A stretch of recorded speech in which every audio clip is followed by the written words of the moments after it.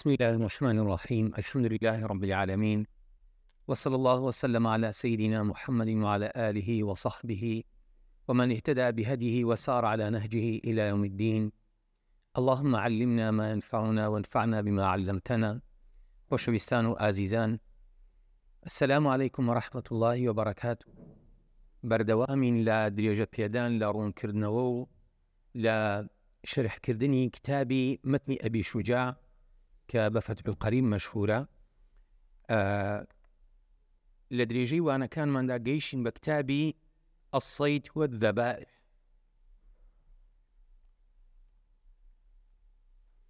بلن جيشين برتوشي باسي راو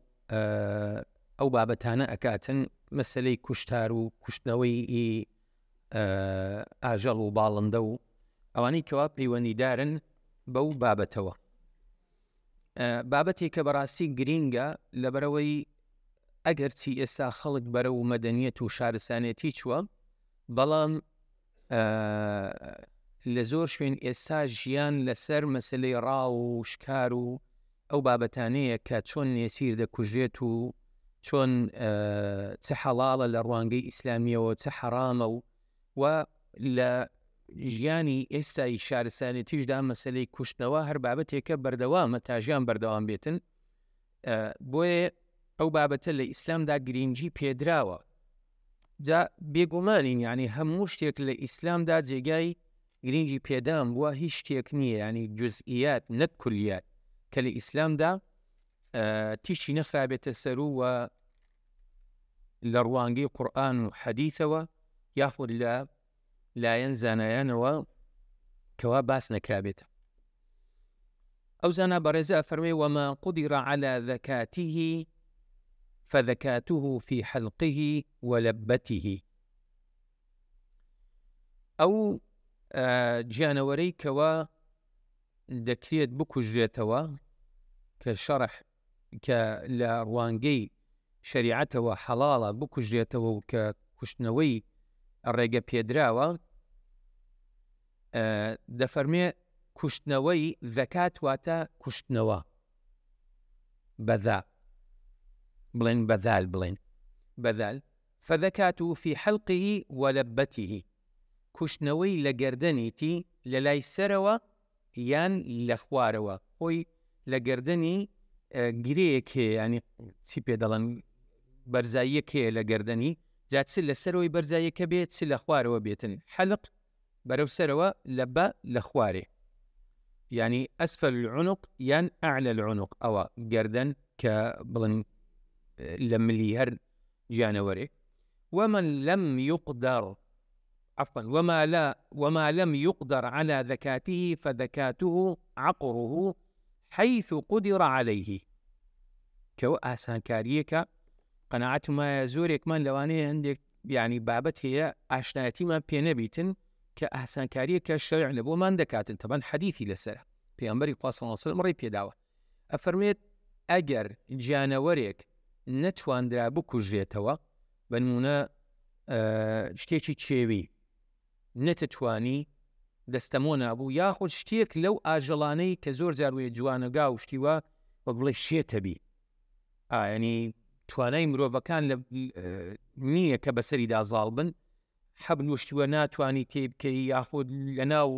کەوی لەو دوور لە ڕووتان هۆڵ و شتووە ناگیرێتن، لیان کێویە شەو بەچیوە. ینی لە زۆر گوندان ئەو ئاژەڵی ماڵی زۆر جاروەیەیە کە بەهار داهات ئەوە دەچنە شاخی لە دەوروبەری گوندی، جا ئەوە بڕک دوور ئەوانە نایەنەوە ماڵێ، هەتا پاییز دادێت و سەرما دادێت زستان دادێتن ئەوە کە دانینەوە جاروەیە ئەوانەوە بڵێ کێویە بن. عیلاج چیە؟ ئالیان گەڕێن نە دەتوانی بێگوژیتەوە کابرا. فەذەکاته کوشتنەوەی چیە؟ عەقڕه و بریندارکردنی حەیث قودر عەلەیه، لە کوێن دەرتوانای بەسەردا هەبوو، مەرزی ئیلا لە گەردەنی بی، کەوە ئاسانکاری کە شەرع لە بۆی مەیداناوە. جای تر چەقوەچی داوێتێ کابرا، تیرەچی داوێتێ، شوشەچی داوێتێ، نەخێر گولەنە. گولە لەبەر ئەوەی لە ڕوانگەی شەرعیەوە کە عولەما باسییان کردیە، تەمان چەک لە پێشدا نەبووە، معلومی جەنابتان ئەو باڕوت و TNT و دینەمێتە نەبووە. بەڵام تیر و شیر و ئەو شتانە هەبووە. جا عولەما دەفەرموون چەک بەکار نایێ لەبەرەوەی چەک بە زەبری هێزی تو نییە، بە زەبری هێزی ئەو چەشنیە کەوا لە گولەکەدایە، ئەتوو باڕوتەکە با بڵێین، ئەتوو ڕاستە ئەو تێکی پێوە ئەنەی بە پەنجەکەت، بەڵام لە ڕاستیدا ئەو ڕۆیشتنە ئی پەنجەی تو نییە. ئالوێ لە ڕوانگەی شەریعەوە چەک بکوژ نییە بۆ حەڵالکردنی ئەو جانەوەرە. ئەوە ڕەئی عولەمایە ئەوەی کە من پێی گەیشتیمە، ئیتر نەمزانی حەڵال بێتن، والله ئاعلەم. لێ چەک نا کە زۆر ئاسانە ساگە بڵێن چەک ئەوە هەر لە هەموو خلافاتی مادیبوونی دەرەچی، هەر دەبانچێ هەڵدەین دوو کابراوەکو کاوبۆیەکانی ئەمریکاوانە لێدا نە ئەوە نە. دوایە چەک شتێکی دیکەش هەیە وەکو کوشتنەوەی خوێنوشتوەی لەبەر ناڕوە، بەو شێوازەی کەوا ئەتوو دەی کوژێ و خوێنی لەبەر ئەڕوا، چونکە وەکو مردارکردنەچی لێدێ جاروەیە کوونە بیت و ئەو خوێنش ناڕواتن. جالوێ والله ئاعلەم چەک یەکێک نییە لەو ئالەتانە، بەڵکو تیرێک، شیرێک، خەنجەرێک، شوشەیەک، شتێکی بڕەڕ بیتن، بڕەڕ یعنی کە لێ بداتن حيث ما قدر عليه لە کوێن دەری لاشێک. ئەوە تەمان ئاسانکاریەکە بەڕاستی. تەمان جا حەدیثی لەسرە کاتێکەوە ئەو پشت و شتێوەیەڵ بۆ پیامبەری خوا صلی الله علیه وسلم فەرموویەتی چۆن دەستان گەیشتی لێ بدەن. ئەوە لە بۆ موسڵمانان کە بە تایبەتەوانەی کە لە گوندەکاندا دەژین یاخود ئەوانەی کە قەسابن جاروەیە ماڵاتێکی ویان هەیە ئەوەندە جۆ و کاوشتوێ دەنێ دەمینێتەوە ئەوە بە چەند مانگێکی هارە بیت، ئەو گاجۆ تو جوانەگایە گەورانە ئینسان سامی لێ کاتن گەر فوشە فوشی دەکاتن کەس ناتوانیت. تەمەنەوە شتێکی واضحە وابزانم ینی جێ ئەوەی نییە کەمە زۆر لەسەری بڕۆین. وەکەمال الذەکاتی باش ئەوە باسی ئەومان کرد لە حەلق لەو بڵێن لە گەردەنی لە ملی سەرەوەیان خوارێ یاخود گوتمان لە چێندەر. ئەو جا فەرمی وەکەمال الذەکاتی ئەربعة ئەشیاء. ئەگەر بمانەیە کوشتنەوەیەکی تەواو بێ بە ڕوانگەی لە ڕوانگەی شەرعیەوە چوار شت پێویستن: قەطع الحلقوم والمەریء والودجین، یعنی بڕینی ئەو بۆڕیە بڵێن ملی هەر شتێک چوار شتی پێداتی ئەپەڕن بەلای کەمی جگە لە بڕبڕی ئێسکۆوانە، بڵێن بۆڕی خواردن حلقوم، مەری بۆڕی هەناسە، ئەو جا وەدەجین ئەو دوو شادەمارەی کەوا بە ملی وەنە. ئەو شادەمارانە ئەوە هەر چواریان ببڕدن مەرج نییە سەر لێ بکرێتەوە. هێتا هەندێک لەمە بە باشی دانانێ بەڵام ئیعتیادی شیانی عولەما قسەیان لەسەر کردنیە. جا لێ یعنی مەرج نییە کابرا ڕاستە خۆشەگریت و ئەوە بەسەری دادەیمتی نا مەرج نییە، ئەتوانی ئەوەکەی نەبڕیت.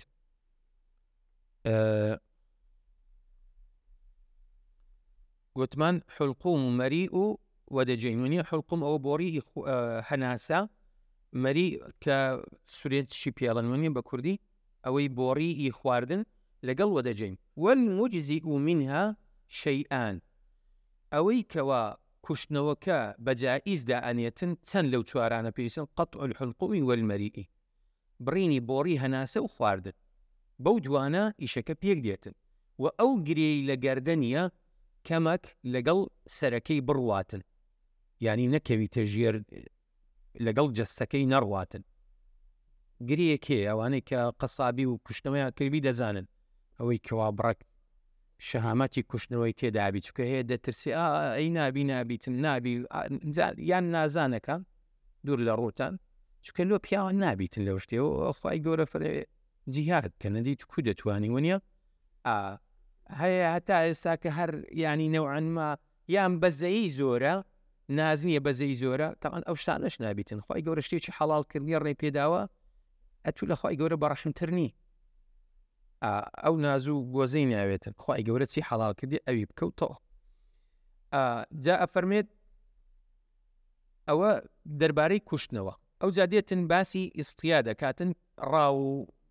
نێچیر گرتووانە ويجوز الاصطياد بكل جارحة معلمة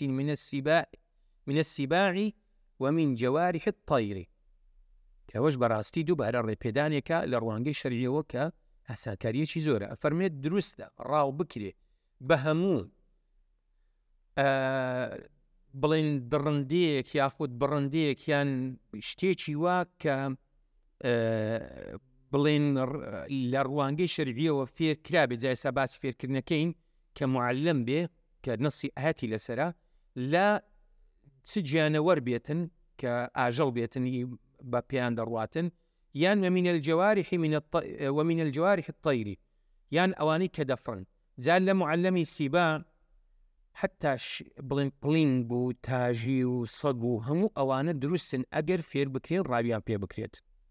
بۆن من ئێستا لە شوێنی چۆچی ئەفریقیای کە ئەو ئاژەڵانەی زۆر ئەوەی لێنە لەوانەیە سەگەکی فێرکاتن سەگ دەرەقەت هێندەکشتینێت بنمونە لە ڕوانگەی شەریەوە فەهد و نەمر و ئەوانش ڕێگە پێدراون کە فێر بکرێن بەڵام بەو مەرجەی کە ئێستاکە باسەکەین یان بۆ نمونە باز و لە طیور ئەوانەی کە دەفرن هەڵۆ و شەهێن و ئەوانە کە ئەویش بڵێن ئەو عائیلە زۆر نەوعن ئەوەی کە ڕێگە پێدراوە ئەوانە دەتوانرێت فێر بکرێن و معلم بن کە ڕاویان پێ بکرێتن وشرائط تعلیمها 4 ئەوانە کە ڕاویان پێ ئەکرێت و ئەنێرجێن و هەیهایان لێ ئەکرێت و دەنێردێنە سەر بڵێن ئەو نێچیرێکە لە بۆ نمونە لە دەشتە لە سەحرایە لە شافیا کە دەنێردێن دەبی ئەو چوارمەرجەی بێنەجێ ئەن تەکوونە ئیدا ئورسیلەت ئیستەرسەلەت کاتێک کە هۆی های لێکرا هەیهای لێکرا چی پێ دەڵێن دەنگ درا ئەو ئاژەڵە بڕوات یعنی تێبگە ئەو دەنگەی ڕەوانەکردنیە لۆ ئەو ئاژەڵی کە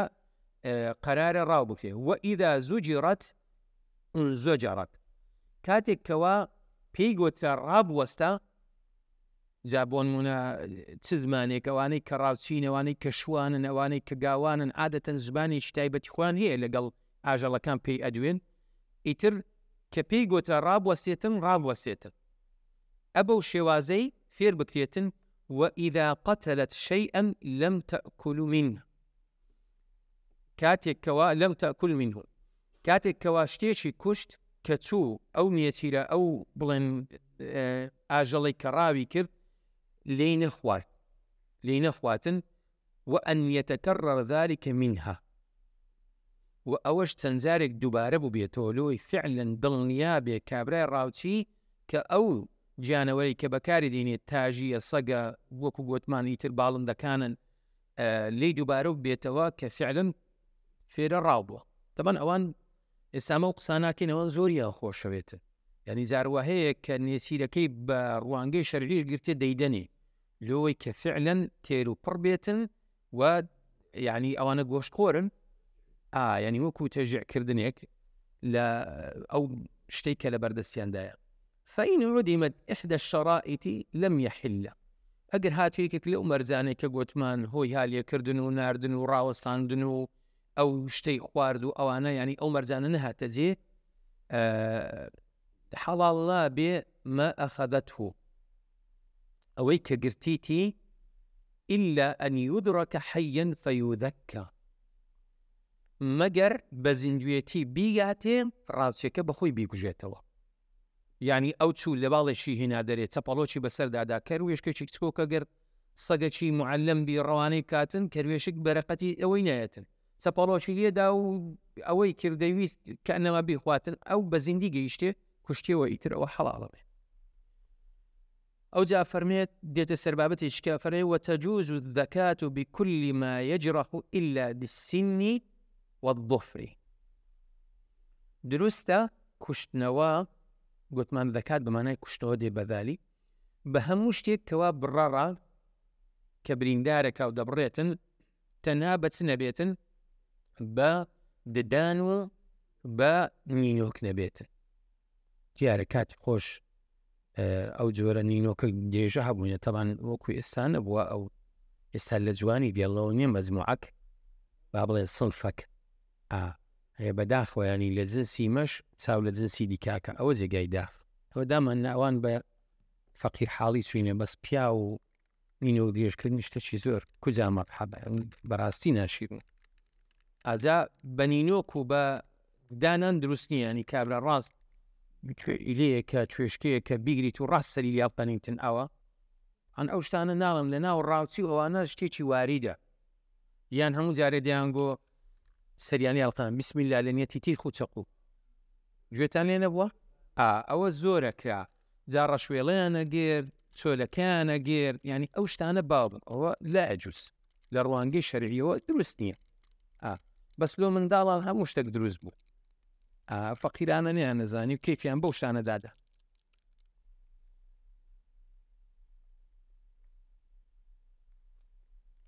من باسی خوێن ڕێشنەی کرد پیاوتێنیە بیت دەفەرمێت وتجوز وتحل زكاة كل مسلم دروستە کوشتنەوەی هەموو مسلمانێک ینی کە مسلمانێک شتێک بکوژیتەوە لە ڕوانگەی شەرعیەوە ئەو کوشتنەوە دروستە وە کتابیین و هەموو ئەهلی کتابێک کە جوولەکە و مەسیحینە تەمەنەوانە ئەو دوانە ئەهلی کتابن بەڵام دەڵێ لە کتابە متەوەڵەکان یان لێرە ئەوەندە بە کورتی دەڵێتن دەڵێ پێشتر ینی وەداک و باویان بە مەسیح و جوولەکە هات نەخوارێ بەڵام دکتۆر وهبە زوحەیری لە فقه الئیسلامی و ئەدیلەته قسەیەکی باسە کاتن کە بەڕاستی جێگای دڵخۆشیە و لە هەمان کاتدا جێگەی ئاگاداری تەنبیهیشە ئەفەرمێن لە وڵاتانی کەوا مەسیحین تەمەن وڵاتی مەسیحی ئەوانەی کە سەلیبیان لە ناو عەلەمیدایە و عەلەمەکانیان ینی ئاڵاکانی مەعتەرەف زۆرن وەنیە ئەوە لە ئوسترالیا لە شەرق پێدادەی دوایە دێ ئەوروپاوان ئەمریکاوان ئەو بەحساب سەلیبینە مەسیحینە ئەڵێ لەوانە دروستە دەستکوژیان بەڵام لە وڵاتی شوعیەکان رووسیا و کۆریا و سین و ئەوانە ئەڵێ دروست نییە لێڵێگە کەسێک لەوێن دەربوو تەمان خەڵکی مێ ئێستا زۆرە چیتن لە وڵاتانە جای ترچ بە مەبەستی تیجارەت بێچێ حتا مەبەستی خوێندن بێیان بە مەستی سیاحەتیش خەڵک ئێستا زۆرە ڕوە هەڵێ پێویستە ئەوەی بخواتن شتی خەضڕەواتەوانە مەگەر کەسێک بزانیتن فعلن لەو شوێنەی دەستکوژێکی حەڵال هەیە تەمەن هەیە بەڵام کابرا ئەوە لە شاریوی نەیزانی ئاگادار نەبوو نەیدیتەوە پێویستە خۆی پارێزیت لێ دەڵێت چی ولا تحل ذبيحة مجوسي ولا وثني دروست نییە دەستکوژی کەسێکی کاتی خۆی ئەوانە هەبووینە مەجووسی ئاگر پەرستوانە یان وەثەنی کە بتپەرست و سەنەم پەرستوانە نێستا بۆ نەهیند خەڵک کە زۆرە ستێوێندەر ئیتر بە تایبەت خوا پەنامانداتن تووشی ئەو نوع سفرانە بین لە بۆ نەخۆشی کە هین ئێستا یعنی تا حدێک بڵێن جێگای ئەوەیە ینی لۆ مەسلەی تەبابەتوانە خەڵک زۆرە چیتن جا ئەو دەبی ئاگادار بێ چکەوانە بەڕاستی وەثەنی بتپەرست خەڵکی هین ینی دکتۆر بڵێن شێخ ئەبوو حەسەن نەدوی باسەکاڵێ بە هەزاران خوانێ نەعوذ بالله هەر شتێک لەلایەن پیرۆز و جوان بێ پەرستیتە جالوێ دەبی ئاگادار بین لەو بابەت وذكاة الجنين أو زادت السر بابتش كذا فرمي وذكاة الجنين بذكاة أمه كشتني أو كوربالي لناوس شي بڵێن پشترە چێڵە بزنە ئەو ئەنەی کە دەفرێن ئەو بابەتانە جای چیویەکان بنیان کۆماڵیەکان بە کوشتنەوەی داشتی إلا أن يوجد حيا فيذكى مەگەر داکەکەی سەر بڕی دەبینی هێشتا نەمردیە هێشتا زیندیە ئەوە کۆرپەکەی سەرە بڕیتن جا لەوانەیە ئێستا بڵێن باشە ئەو کوچی ئەو گۆشتە خاو خریسکەیە خوات ئەو قسانە عامن جاروە هەیە تو ئەوەش تۆ دەستناک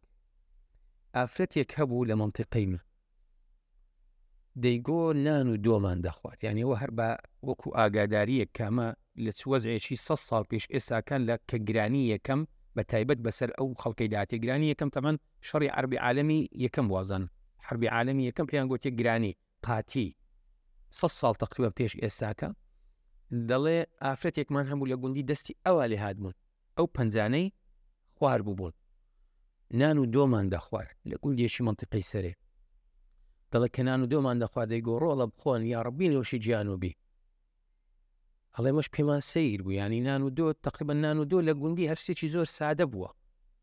لەبەرەوەی خەڵک بە زۆری حەیوان و چێڵ و بزنوانێنێ بۆ حاشاکم یانی ئەجەنەکم الله ئەویش دەڵێ ڕۆڵە ئەمە وەختێکن بەسەرداهات تەنانەت چیسەڵ نەمان لە شاخی ئەو پەنجانەی من هەنچی ناو کە چیسەڵان دەربێنم چیسەڵ قاپێکی زۆر ڕاقە جاروێ هەر ناشێت دەڵێ کە ناومان دەردەینە ئەو پەنجانە بە هەندێک گۆجە بووینە ئەوم بەخۆم گوێ لێ بووە لەو کەسەی نەک لۆم جێڕابیتەوە سەنەدەکەی بە قووەتە. إن صح التعبير يعني تشبيه نبي بحديث وأنا بس مويا يعني أقول له نجرا يقول له إسامة كدلين جنين لو أنا خلك يقول باشا شي كور بلينا أو يا أخوات زاروي سود سناك بيت ليه أوشتانا دخريه ذا الشرع بوشي وازيدانا أجر مرد برلوي دايككا هل بضريتن أو ببيه حلالة ببكشني دايككي بكشنوي عفوا أجر نادى بي سري ببريتن وما قطع من حي فهو ميت إلا الشعر ئەگەر بێت و پارچەیەک لە گۆشت لە زیندەی بکرێتەوە بۆ نمونە جاران بڵێن ئەوەی کۆپەرەی حوشتریان لێکردیتەوە یان دونجی مەڕیان لێکردیتەوە هەتا ئەوەشی لەسرە مەتەڵیشی لەسرە مەتەڵەوانەی بە تەمەن لەوانەیە گوێیان لێو بیتن دەڵێ نەم کوشتەوە گۆشتم خوارد حەڵاڵم خوارد حرامم ناردەوە نازانم نەم بڕیەوە ڕستم شتێکی ئەوە دەڵێن ئاجا ئەوە تەمان دروست نییە لە ڕوانگەی شەرعیەوە حەدیثی لەسەر کە پێغەمبەری خوا صلی الله علیه و سلم چیتە مەدینەی کۆپەرەی ئەوەیان لێکردیتەوە حوشتری یان دونجی مەڕیان لێکردەوە فەرموویەتی جائز نییە مەگەر مووەکەی نەبیتن مووەکەی دروست تەمان ئێستا هەموو ئێشتا بڵێن بزنەکە هەموو ساڵانیان مەڕە کە دەبڕێتەوە یان پشتر کەوە بەری پێگوترێتن کەی پشتیش هەر هەیە ئەوە دروستە. دێنە سەر باس و بابەتێکی دیکە کە گرینگە لە ڕوانگەی شەرعیەوە چ شتێک حەڵاڵە و چ شتێک حەرامە ئەو یاسا و قاعیدانەی کە شەرع داینەینە باس و بابەتێکی گرینگە بەڕاستی یعنی ئینسان هەندێک شت هەیە ناڵم جاروەیە هەر بەوەندە شەر تێناگەین هەمووی چونکە ئەو بابەتانە بەرفراوانن.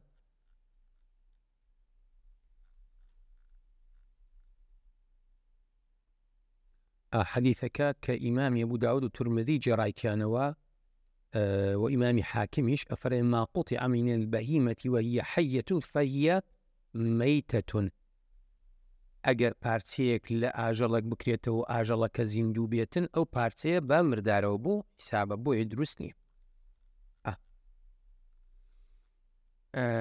أفرمي وكل حيوان استطابته العرب فهو حلال إلا ما ورد الشرع بتحريمه. هر جانوريك هر آجلك عرب با پاچی دانا بێتن ئەوە لە ڕوانگەی شەرعی و حەڵاڵە مەگەر دەقێک لە قورئان و حەدیث هات بێتن کە بە حەرامی دانا بێت. لەوانەیە ئێستا پرسیارێکمە لا دروست بێتن باشە عرب چ کارەیە لێرانە يعني لو عرب علماء فرمون يعني لير على لبرو القرآن خاطبي واني كرديا كده فرمي عرب أو زهم عربي شنا أهل الشارستان وأواني كوا لجندكان ولشاركان ودولة من ديج بوينيا نكل هجاري دستيان لبوه مشتيك بربيت بوي عرب ليرانا لبرو القرآن خاطبي واني كرديا كواتا عرب ككراينة بلين سرتساوي حلال وحرامي ما بس أوانية يا عرب همو بيان أو بنا أو عرباني كباسكاتن واتل الشار ودي كان دا ودولة من يعني خوابي دا وبالنكل هجاري دستيان لبوها مشتاق بيتن أوانا درست كشرع إيش حرامي نكربي وكل حيوان استخبثته العرب فهو حرام إلا ما ورد الشرع بإباحته. وهر حيواناتك هر آجلك كعرب بيسيان دانا بيتن أو حرام مجر أويك وشرع بحلال دانا بيتن بون هنا وابزان معلومي جنابتان يعني پیغمبری خوا صلی الله علیه و سلم كلبت إن سري فعلا أول كوتاكي باسكا پیغمبری خوا صلی الله علیه و سلم للان أو يان خوارت بزن مشك پیغمبری خوا صلی الله علیه و سلم نخوارد عرب ئەویان داناوە لە سەحراش زۆرە بزن مشک فێن لێ سامەش لەوانەیە نەخۆی ئەڵێن وە چی پێ دەڵێن ئەو ئاژەڵانەی شۆک و ئەوانەوە وانە چیتن مارمیلک و ئەو ناوانە زۆرن با ناوەکە هەلێ گەڕێن چونکە محلیش هەندێک ناوەکەن بەڵام نەخواردنی پێغەمبەری خوا صلی الله علیه و سلم ڕێگر نەبووە لەوەی کە بە حەرام دانراوە. یعنی ڕێی پێداوە بەوان بەڵام بەخۆشی نەخواردیە. کە نەی خواردیە پێغەمبەری خوا صلی الله علیه و سلم وەک بڵێ قێزی لێکردیتەوە ئیتر چۆن بووە کە عولەما باسەکەن، بەڵام لە هەمان کاتیشدا دروست بووە. لۆیە ئەوە یعنی کەمە دەڵێن ئیستەخبەثەته العەرەب یان ئیستطابەته العەرەب کە عولەما ئەڵێن مخاتەبەی ئەوان کراوە، کە مخاتەبەی ئەوان کراوە کەواتە ئەوان وەکو پێوەرێک دانراون لە بۆ پاچی و پیسی ئیبابەتەکان، کە ئەو پیسی و پاچێش ئەوان ئیکتیفا کراوە بە نسبەت هەموو دنیایە. لێ ینی لێرانە ئەو قسانە ئەکاتن وە قسەکەش زۆر منطقیە، ئیعتیادیە، ینی پێویست ناکە عەرەبیش خاوەن شت بووینە و شارستانەتی بووینە و خاوەنی کۆمەڵێک شتی گەورە بووینە، بەڵامی تر ئەو زلهێزانە دایمەن ویستیان ئەوانە بتێوێنەوە دەنا ئەو هەموو شتێک کە لەوێن دەرا و سەد و حەزارەتێک کە هەبووە نیشانەی ئەوەی کەوانیش خاوەنی مێژوێشی دوور بەردێژن. ويحرم من السباع ما له ناب قوي يعدو به. حرامە لەو ئاژەڵانەی کە دڕندەنە ئەوەی کەوا دانێکی ینی کەڵبەی هەیە بەهێزە کە بڵێن پێ ڕاوەکاتن ئەو ئاژەڵانەی دیکە وەکو شێر و بەراز و بڵێن هەرس و ئەو شتانە کە بڵێن بەهێزن یان دەتوانن دڕندەکانی کە بڵێن پڵنگ وشتی وەکە دەتوانن ئەوانی کە لە ناو بن. ويحرم من الطيور ما له مخلب قوي يجرأ به. و ئەو باڵندانەی کەوا نینۆچی و زنجڕەوەکی بەهێزیان هەیە کە ئەوانیش ئاژەڵەکانی کە پێی ڕاوەکەن، ینی ئەگەر وابزانام جەنابیشتانیتیان لە ئەو هەڵۆ و باز و ئەوانە بە دەستەکانیان یان پێیەکانیان بە نینۆکانیان بزنی دەستەداتێت، تەنانەت بزنی دەستەداتێ و لەسەر بڵندایی بە عاریدا ئەدا بە شاخ و بەرد و ئەوانە حتا لە باڵێک دێتە دەرێ، ئەو جا دەچیت لەسەر کە لاشەکەی و لاشەکەی دەیخوات، کەواتە ئەوانە دروست نینە. ويحل للمضطر في المخمصة أن يأكل من الميتة المحرمة ما يسد به رمقه. دروستە لە بۆ کەسێکی ناچار کە مەترسی برسیەتی لەسەرە بەشی ئەوەندە لە مردار بۆ بخواتن کە برسیەتەکەی لا ئەباتن نەک تێر. فمن اضطر غير باغ ولا عاد فلا إثم عليه. ئاری بەشی ئەوەندەی کەوا برسیەتەکەی بڕەوینیتەوە نەک بچی وەڵی گۆشتبەرا زۆری خۆشەلوویە لە ئەوروپاوەندە باوە بکەویتە سەرێ لە برسان حتا تێر تێرەخۆ نە ئەوە نە. ئانی یان بۆ نمونە ئیتر هەر گۆشتێکەبی با بڵێن ئادەبی ئەوەندەی بخواتن کە برسیەتەکەی چونکە فعلن مرۆڤ زۆر بەرزە لە حاڵەتێکەوە پەنابرا لە بۆ شتی ڕێگە پێنەدراویش دەتوانێتن خۆی پێ ڕزگار بکاتن، بەڵام بەس ڕزگار بوون لە مەترسی مردن و لە ناوچوو. وەلەنا مەیتەتانی حەلالانی دووشتی مردارەوە بوو یعنی کە نەکوژێنەوە دروستە. ئەسەمەک وەلجەڕات ماسی کە ناکوژێتەوە و کلۆ. تەوانەوە ماسیەکە باوە بەڵام لە کلۆیەکەی لەوانەیە قسەمان لەسەر ئەوە بیتن شتێک نییە لە لای نەباو بێتن، بەڵام باو نەبوونی کلۆ نەخواردن ئەمە دایمەن ئیسلام گوتمان گشتگرە، کە گشتگرە لە سەحرا و ئەوانە کلۆ وەکو چەرەزات بەکارهات. یعنی حتا حەدیثی لەسەرا فەرمێ ئێمە چەندین غەزامان لەگەڵ پێغەمبەری خوا کرد صلی الله عليه وسلم، پێغەمبەری خوا صلی الله عليه وسلم لەگەڵ ئێمە کلۆی دەخوارد. ئانی ئەوە حاڵەتێکە کە فەرمێ ابن أبي أوفى أجريتوا حديثك إمامي بخاري مسلم أجرناه صحيحة وترواه الشيخان. غزونا مع النبي صلى الله عليه وسلم 7 غزوات أو 6 كنا نأكل معه الجرادة. إيما لقل أو كشش ياخذ حفت 6 غزوات ما كم لقل إيما بيامبري خاصة وسلم كله يخور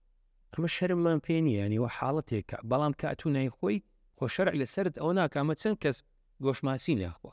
چەند کەس گۆشتی بەرخ و ئەوانە ناخواتە دەڵێ بۆنی وێدێ، چەند کەس هەر گۆشتی ناخواتن حاڵەتێکی تەبیعیە بەڵام بەڕاستی زوڵمێکە لە خۆیەکە گۆشت بەرخی وەینە نەخرێت وەنیە ئێستا لێ نەسێگە دەنووسێ ئەوانە دێس باس ماسیە أنا كوجت ولا بروي دس كوجنية بالله اعتيادي طلع بنيت بس تواوا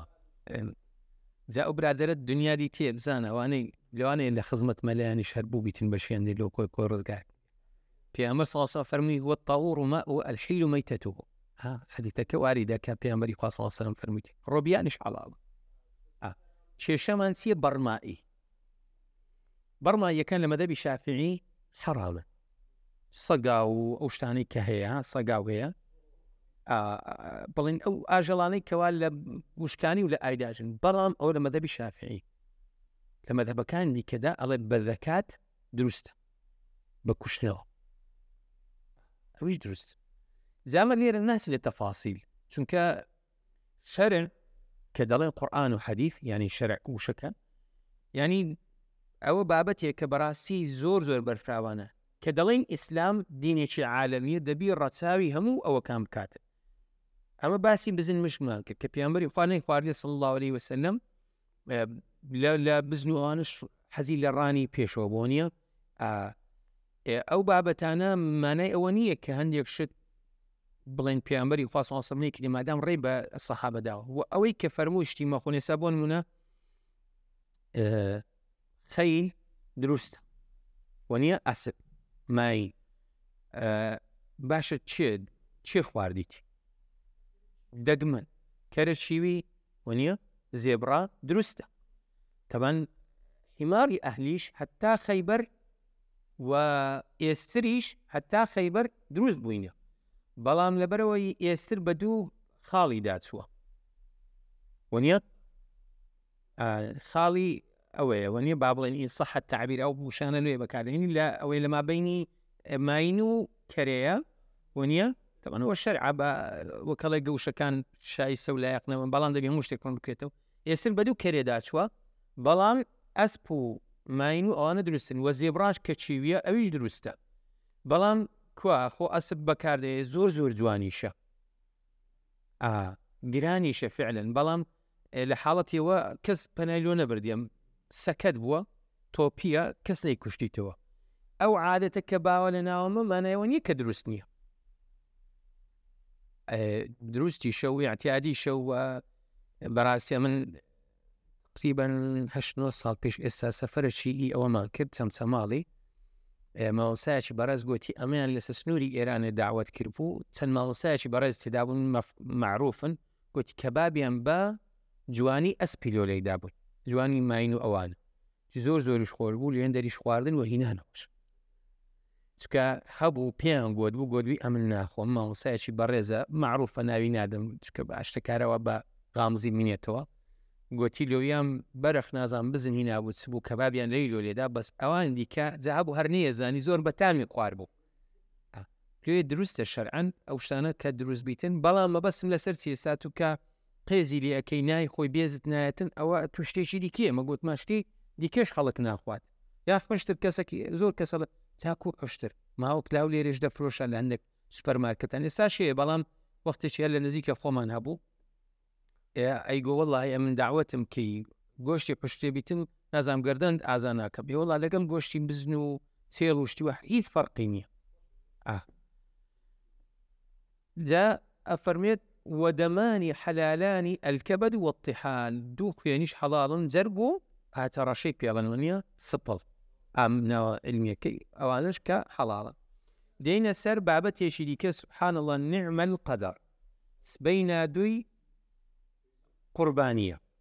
قدري خواهي قورا مر لكن جيني ودست ما بيكر إيتر راسا وخو هاتين سربابتك كزور بيس ما بيه إن شاء الله قابل لو مزموع أي هندي شيرتي دانا قربانيك ونيا بيقومان زاندرا ولا جنابتان بس مهروكو أجر باس كردنيش بيتن يعني قدري شي جوان بو كراسا خو لقل بابتكي بيواندي بيكو أبو ليك نزيكو فرمي والأضحية سنة مؤكدة أضحية قرباني سنتي شي زور بيروز وتأكيد لسر كراو دوباد لسر كراوي للان بيغمبر وصلى الله عليه وسلم كبيغمبري صلى الله عليه وسلم أنزامي داوة زور تناند بدسي مبارش يخوي كقرباني أنزام داوة جاء طبعا لمذهبي شافعي سنتي شي مؤكدة بلام لمذهبي إمام حنيفة واجبة ئینسان کەماڵی هەبوو سامانی و بەشی ئەوەندەی کەوا لە ڕۆژی جێژنەوە ئەوانە زیاد بوو ئەو بوو کە پێویستە کە بەڕاستی قوربانی ئەنجام بدات. لێجا ئینسان یعنی وەکو تەوافقێک لە نێوان هەردوو ئەوانە و ڕەئیانە ئەگەر هەدبیتن ساڵی یەک جارە شتێکی زۆر باشە، چونکە ئەو حەدیثانەی دەربارەی قوربانی هاتینی کە لەو ڕۆژە ئینسان ئەنجامیەداتن بەڕاستی حەدیثەکان زۆر مای خۆشحاڵینەوە، جگە لەوەش کە سنەتێکی بابە گەورەمانە پێغەمبەر ئیبراهیم عەلەیهی السەلام، یعنی خوای گەورە ئەو بەڕێزەی ئەوەندە خۆشویستیە لێ ئینە ئیبراهیمە کانە ئوممە، یعنی ئوممەتەن تەماشاکە ئێستا هیچ پێغمبەرێک ئەوەندە تەوافقی لەسەر نەکرایە کە جوولەکە هەر بەی خۆی بزانن، مەسیحی هەر بەی خۆی بزانن، کە ئەمەی موسڵمانیش بێگومان بەی خۆمان ێزانین وەکو پێغمبەر ئیبراهیم وە دەهەبوو نەریتەکانی خۆی و کوڕەکەی خێزانی لەبوو هەموو مسلمانان کە جالوێ ئینسان هەر وەکو سنەتێکی پێغمبەر صلی الله عليه وسلم وەکو سنەتێکی پێغمبەر ئیبراهیم على نبينا وعليه الصلاة والسلام أنزامي داتن. ويجزئ فيها الجذع من الضأن والثني من المعز أو أجلاني كوادرست لبو قرباني كبكريني مري يكسالة وأجر ليك صالة كم تريج بقصابة كان قرداني كذبن شكا أوان ديار أو اعتبارشان هي وطبعا يكسالة تواكري بيددو صالين أبيتن والثني من المعز وبزني يشيدو صالة وكبيد سي صالين أبيتن والثني من الإبل بين صالي وشتر والثني من البقر ودو صالة وتم ينقون جوانا جايك لا سيل. وتجزئ البدنة عن 7 والأرة عن 7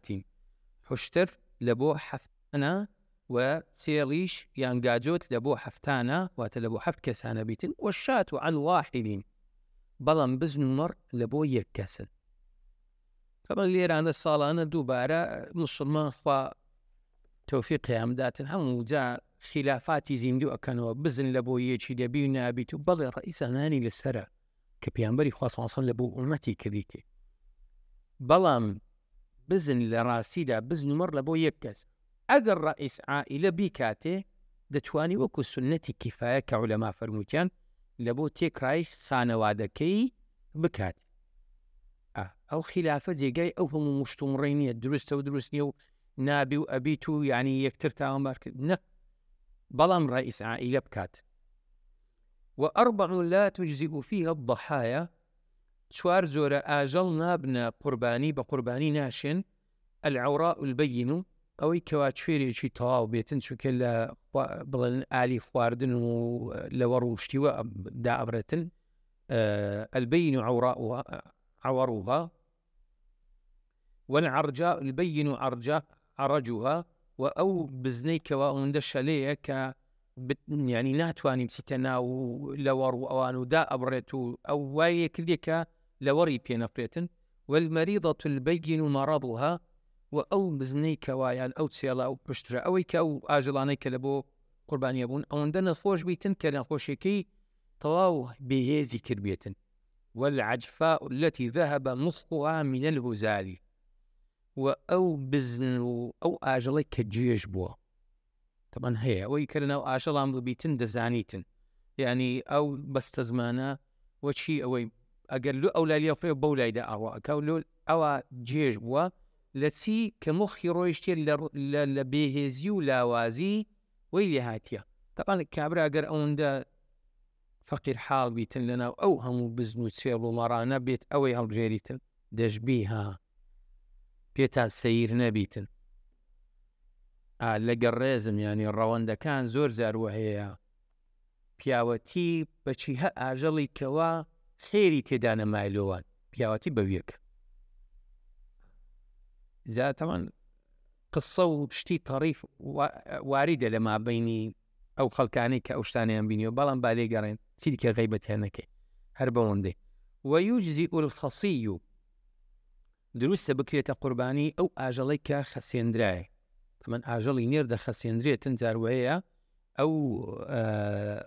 بلينويك مردار وأوانية دي خسينيتن لو قلوية ياخد لويك تسيدك نزيشي بزنا بلن أو مارو تسيلو أواني كمينا نزيشي وانا كويتن. والمكسور القرن وأويك قوسيش كايا چونکە قەڕنا قۆزدارە جەمما کۆڵەیە جەمما دروستە کەواتە ئەوەی کە قۆز شیشکایە دروستە لەو چوارانە دەرچی کەوا بێهێزی کردە ولا تجزئ المقطوعة الأذن ئەوەی کە گوێی بڕاوە لە مەذهبی شافعی دروست نییە لە مەذهبەکانی کە ئەڵای گەلە سێیەکی کەمتر بۆی دروستە والذەنەبی ئەوەی کە کلچی بڕاوە چکەوان هەنگ بە ئەندامی ئەوە حیسابن من وقت بەڵێ ووقت الذبح من وقت صلاة العيد إلى غروب الشمس من آخر أيام التشريق دەفەرمێت کاتی دەستپێکردنی قوربانی لە کەنجینەوە دەستپێکاتن لە کاتی کە نوێژی جەژن وەختی دادێتن تەمان کە نوێژی جەژنیش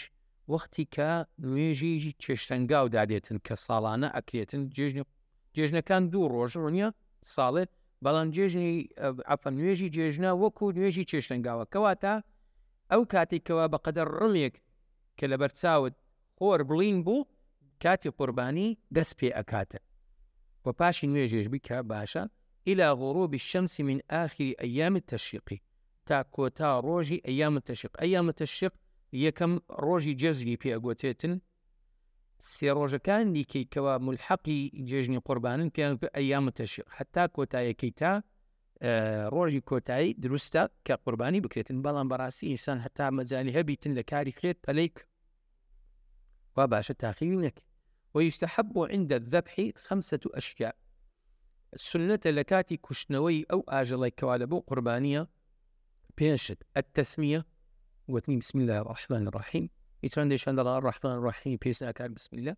والصلاة على النبي صلى الله عليه وسلم صلواتك لسر بيعنبري خاص صلى الله عليه وسلم شوكا بيقوما كام هم قرز دارين واستقبال القبلة وروكردنني أو آجل قبلة كأشرف الوجوه طبعا أنا سنة والتكبير قوتني الله أكبر كار أو ذكر كجورتين ذكر له الرجيدة والدعاء بالقبول والأخوات بارانو كوا خواهي جورة أو قربانية لي ورقيت كبر أحسي كارساتها توب مالي خود بيني بدست قسري وري ريايج بي يا خوالي القبول لك طبعا وأنا واردن كابرا هراقيني والله من أول ما كنت قرباني والله كرديت يا خواهي جورة لي قبول خواب كاجيج بيتزي خو أتلو خواتها كرب پێویست ناکە ئیعلانی کەی بەو نەوعی کە ئەتو خۆت هەڵکێشی ولا ئاجا تەمان ئەبەو شێوازەی کە گوتمان بسم الله اللهم صل على محمد يعني الله أكبر اللهم منك ولك اللهم صل على محمد اللهم تقبل مني وأهل بيتي ونمونك گوتمان ئەگەر بە ناوی هەمانت کرد و سنەتی شەبەڕاستی تەمان لێرە باس ناکاتن ئەو کەسێک کە قوربانی ئەکاتن ئەگەر لۆ خۆی بوو قەساب بوو ئەوە باشە کە ئەگەر سیێساوە دەنگێک هەیە لە ماڵانوان نەکرێتن بەڵام بە شێوەندەی هەر دەکرێتن کابرا لە شوێنێک کە لۆ خۆی بکاتن ئەگەر نا وا باشە ئەو کەسێک کە قوربانی لە بۆ ئەکرێتن قوربانیەکە بینێ بچیتە سەری چکە پێغەمبەری خوا صلی الله علیه و سلم بە فاتیمەی فەرمووی وەرە ئاگات لێبێتن کاتێک کە قوربانیکە سەر ئەبڕێت جا فاتیمە فەرمووی ئەی پێغەمبەری خوا صلی الله علیه و سلم کە کچی بوو فرموي وهل لبو مية أهل بيت يعني لبو أمة شف فرموي دنا وللمسلمين جميعا أو كما قال الرسول في أمري فاصل فرموي لبو يمو لبو تكراي أمته لو أجر إنسان تواناها بأورو جاي لبو شيء أكي لبو خوته يعني لبو يديكيا بيت ساو لقرباني كيف كأوش سنتك طبعا أجر تواناها سنة نقول ما نوانا ولا يأكل المضحي شيئا من الأضحية الوراتي نابێ ئەو کەسەی کەوا لە خۆی نەزر کرد یا قوربانی بکاتن هیچ لە قوربانەکەی بخوا بەخۆی و ئەوانەی کەوا نەفەقەی لەسەر واز بن لە مەذهەبی شافعی ئەوە کابرا دەڵێتن لەسرم نەزر بێ قوربانیە بکەم یان دەڵێتن ئەو مەڕا دیاری ئەکە چ دیار بکات چ لەسەر خۆی نەزر بکات تەمەەن بە دوو عیبارەتەوە نییە لەسرم نەزر بێ قوربانیە بکەم ئەو ساڵەکە ئەوە لەسەر خۆی نەزر کرد دیاری نەکرد ئیتر مەڕە بزنە چێڵە کوشترا یان مەڕێک دیارەکە بزنێک ئەو بزنە ئەو ساڵەکەن لەسرم نەزر بێ کەمە قوربانی کە لەسەر خۆی نەزر کرد نابی بەخۆ ئەوانەی کە نەفەقەی لەسەر واجبە بخۆن ويأكل من الأضحية المتطوع بها